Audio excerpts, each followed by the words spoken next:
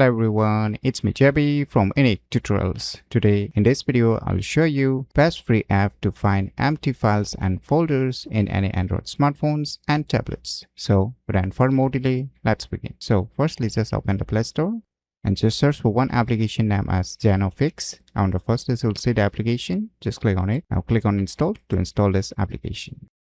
So once the installation is done, just tap on open. On opening, it will show you some instructions. You can skip it or you can just click on next and just scroll down below and click on this I have read the disclosure above. Click on accept and continue. Now you can see this kind of user interface. So I'm not going through all the features, whatever it provides. So I'll directly focus on the topic. So just click on this smart clean option. Click on this open settings. Just turn on this allow permission, move back. Now once again, click on this smart clean. So once the scanning has been completed, now just click on this clean option. So now you will see here empty folders. So total number of empty folders present on my respective Android smartphone is this, as you can see. And below you can see here empty files present on my respective Android smartphone, as you can see, total number. So you can see the order also and the above. So once you have selected all the options, you can directly click on this clean option in order to clean the empty files and folders.